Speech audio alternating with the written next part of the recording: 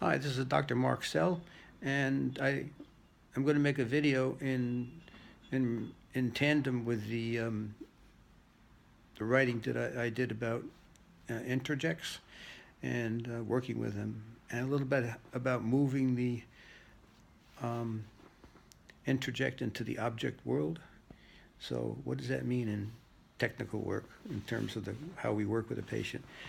What it means is that you are the object world. You will become the object world of utmost importance to the patient. So everything generally is going to eventually evolve you in terms of transference and different real reactions and fantasies about you. I mean, you are it, hopefully. So in order to move the introject into the object world, you are going to become the object world. So moving them means that you're going to elicit, um, you're going to help the patient, first of all, in the beginning of treatment. You're going to notice and look for negative transferences. And that means that if you don't look for them and don't catch them, they can interfere with the treatment. So have your ear out and listen to those transferences, listen for them. Uh, in addition, you can help the patient express things that they never entertain they could tell anybody about, and those particularly are angry feelings. The loving feelings are a little bit easier, although they can be very frightening because about being intimate and being close, and fear of loss of identity, and fearing that the other person is not going to, you or the therapist are not going to reciprocate. You're not going to like them. Who would like a person like that anyway? Um, you know, Groucho Marx. I wouldn't join a club that wanted me because there must be something wrong with them. But anyway, what we can do is help elicit criticisms about us along the way. So, for instance, I had a patient I was working with, and he never would say anything about me that was critical for some time. And that's what I mean. You have to wait. You don't jump in right away because that could scare the person. So, but one day I said, well, by the way, I was wondering, do you have any thoughts about the treatment that you're having? Any criticisms? He says, no, everything's fine. And then I said, well, most people that I work with have something critical to say about me once in a while, with how I talk or how the room looks. So he says, well, as a matter of fact, that's as a matter of fact. So he said that ceiling, that tin ceiling, I don't like that. That was back in the day when I was on 9th Street, and they had those tin ceilings in many of the buildings. So I said, so what else? What else don't you like about that? So he moved to one piece of furniture, and he said, well, you could have left that piece of furniture and put it in the basement. So I thought that was very good. So we're moving on. So he did it very tentatively, but he did it.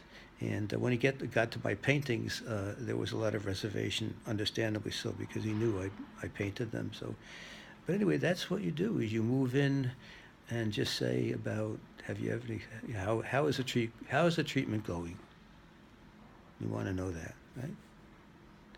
And if they're, depending upon the patient, if they can't, they always want to please you and don't want to say anything. That you have to work slowly with it. But if you don't work with it, you're not going to get them to move those interjects into the object world. So if they hate themselves, you want them eventually to get to say how they hate you. I hate you because you don't talk enough. I hate you because you're always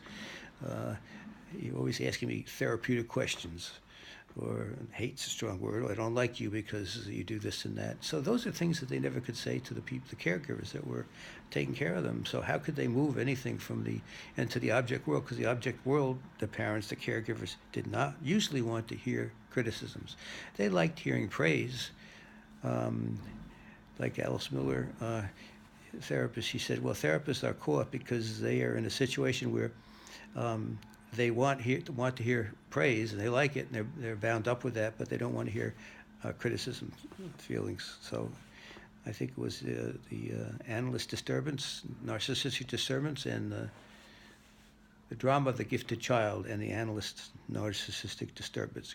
Great paper, and also as it came out as a book, Prisoners of Childhood, I believe, a long time ago, but it was a bestseller because she was saying these things and writing about them. So that's what you wanted to do. You want to move the Move those self-criticisms, uh, instead of them being internalized, which is a defense, um, about attacking the object, so that you get them onto you. So you're a safe person eventually, because you're not going to throw them out. You're not going to be mad at them. You're not going to reprimand them or shame them or anything like that. You're going to be the first person, most likely in their life, who wants to hear their authentic self come out.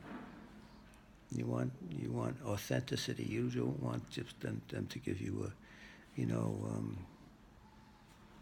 make nice. And the loving feelings are also very frightening for patients. But if you get to that, that is very important too, because they can learn to love and hate